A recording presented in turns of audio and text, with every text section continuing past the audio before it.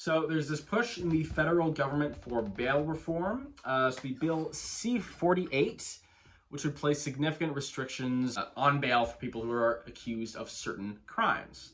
The biggest thing it would do would be placing this reverse onus for people charged with these crimes. So instead of, the prosecutor having to prove, this person is way too dangerous, particularly dangerous, so they can't be let out on bail, the accused would instead have to actually prove that they are by default, that they are safe enough to be released on bail. And the Canadian Civil Liberties Association, among other groups, several groups, have expressed concern over these kinds of measures because it would basically invert the principle of, the presumption of innocence. So number one, this legislation would require this reverse onus for charges that involve violence with a weapon if the accused has already committed, a similar offense. Or anyone whose alleged crimes involve intimate partner violence if they've already been convicted of similar crimes, and also some firearms offenses. And it would also require the court to consider much greater detail about whether someone charged with a violent crime should be released. It would require the judge to go on the record and explain why he believes the accused is safe enough to be released in the community. And all this is the result of these months and months of pushes from predominantly conservative provincial and federal politicians. But also, I think it's not just conservative premiers. I think I even saw David Eby, the New Democratic premier of BC, going along with the same thing and criticizing the Liberals for not pushing this fast enough.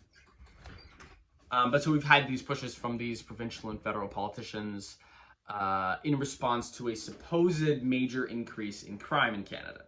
So in January, a bunch of these premiers put out this open letter calling for these policies. And a while ago, I remember seeing I believe the Ontario Attorney General went on CTV after there had been this, there had just been this shooting of a police officer, and we had no information about it. So yet we didn't know anything about the shooter, whether they were out on bail or had previously been charged with anything. And before, I think we did sort of learn that.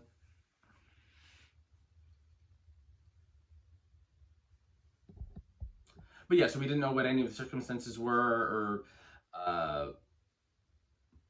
we didn't know what any of the circumstances were. But despite all that, this guy goes on CTV and he says, "Oh yeah, this is why we need bail reform in Ottawa." And I remember being just so confused. What are you talking about? Did I miss something? It just seems so out of nowhere, having nothing at all to do with any of this. Even if we had some proof suggesting the guy was a previously convicted criminal, who was out on bail and shot this couple who's out on bail, I still don't think I'd quite be convinced that that was a reason why we need to heavily restrict bail. But at least I'd kind of understand why you'd be bringing it up. Okay, that makes sense. That's, might not agree, but that's, a natural comment. But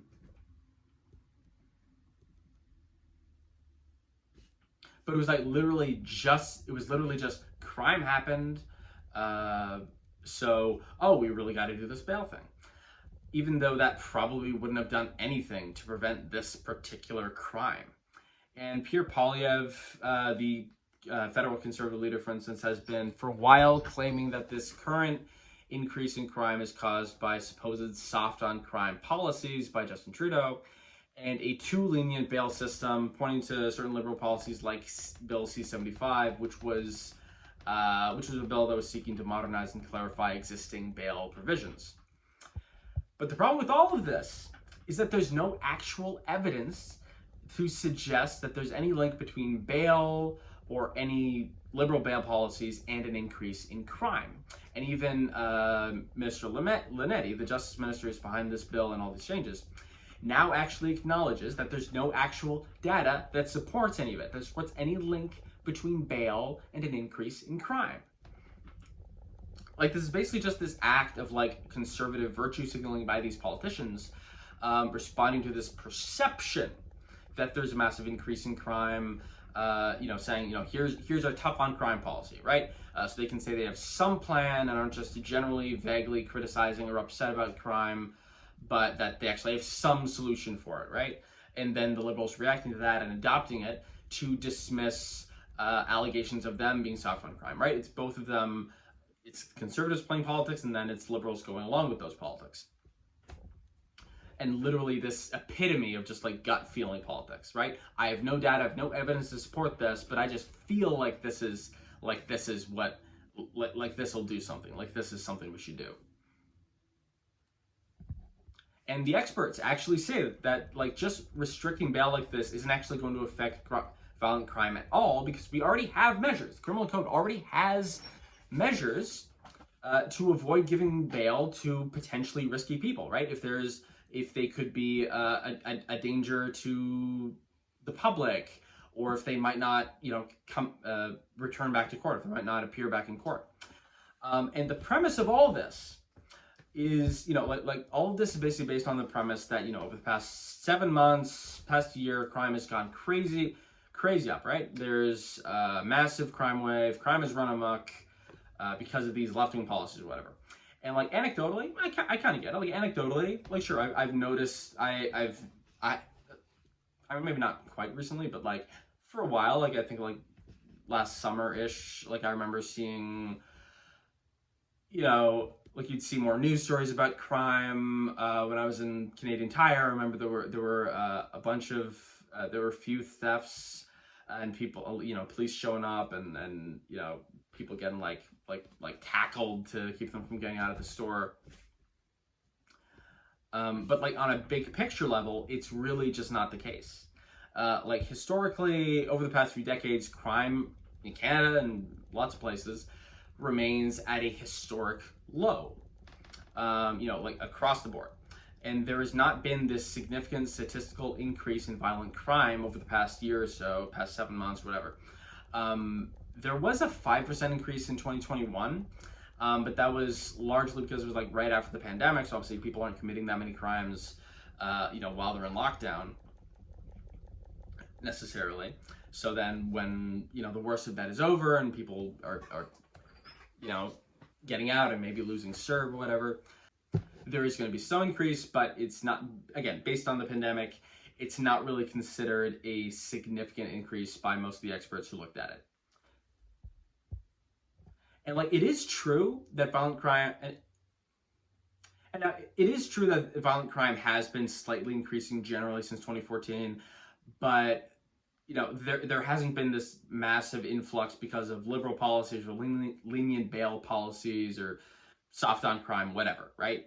That idea is just completely untrue and nonsensical. And so again, like this whole thing makes zero sense for basically 3 reasons. Number one, there hasn't really been a significant increase in violent crime over the past year. Number 2, there's no evidence of any link between lenient bail policies and any increase in violent crime. And number 3, we already have measures to deal with this. This bill is totally pointless. It's just an act of political virtue signaling by the liberals and conservatives. And the absurd thing is like when you usually hear about bail reform, usually we're talking about, loosening it. Like it's too strict. We need to, make it a little easier because we're having so many people in pretrial detention. It's really difficult for a lot of people to get out on bail, like especially poorer people, and obviously, predominantly hurting Black, Brown, Indigenous people. And like in Canada in particular, we have this massive amount of people held in pretrial detention. 38% of the overall prison population in Canada are people who are legally innocent but are being held in pretrial detention, right? Innocent until proven guilty. And that's a huge problem. Almost half of our prisoners are legally innocent, haven't even had trials. And you can compare that, for instance, to the US, where that number is 22%, UK, where that's 11%. Like if you're doing that much worse than the US on like criminal justice reform, like I feel like you really have a problem. And like with that, you sometimes have this problem where, the pretrial detention for a charge, like if you wanted to fight the charge because you're innocent, that could actually be worse than the actual imprisonment if you just pled guilty. Like if you were charged with just like simple assault, if you were guilty, you might be facing like 30 days in jail. But if you pled innocent, you could actually face like imprisonment for 6 months just because you weren't able to make bail. And so a lot of people would just plead guilty, even if they're innocent, just so they can spend less time in jail. So a lot of people might just plead guilty, even though they're innocent, just so they can spend less time in jail.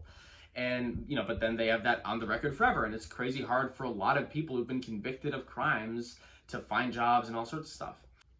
And for example, like in Ontario, there's been this really dramatic increase in prisoners denied or waiting bail. And according to a report by Tracking Justice, that's led to this 173 increase in deaths in Ontario jails. And also, like, by jailing more and more potentially innocent people through this ridiculous bail reform policy, not only is it not solving the problem you think it is, decreasing the violent crime rate, it's actually likelier to make things worse, because the longer you're in jail, the likelier you are to commit more crime. So if you're jailing these otherwise innocent people, there's a really good chance that you're actually doing more harm than good by criminalizing these people who otherwise would not be becoming criminals and committing these crimes.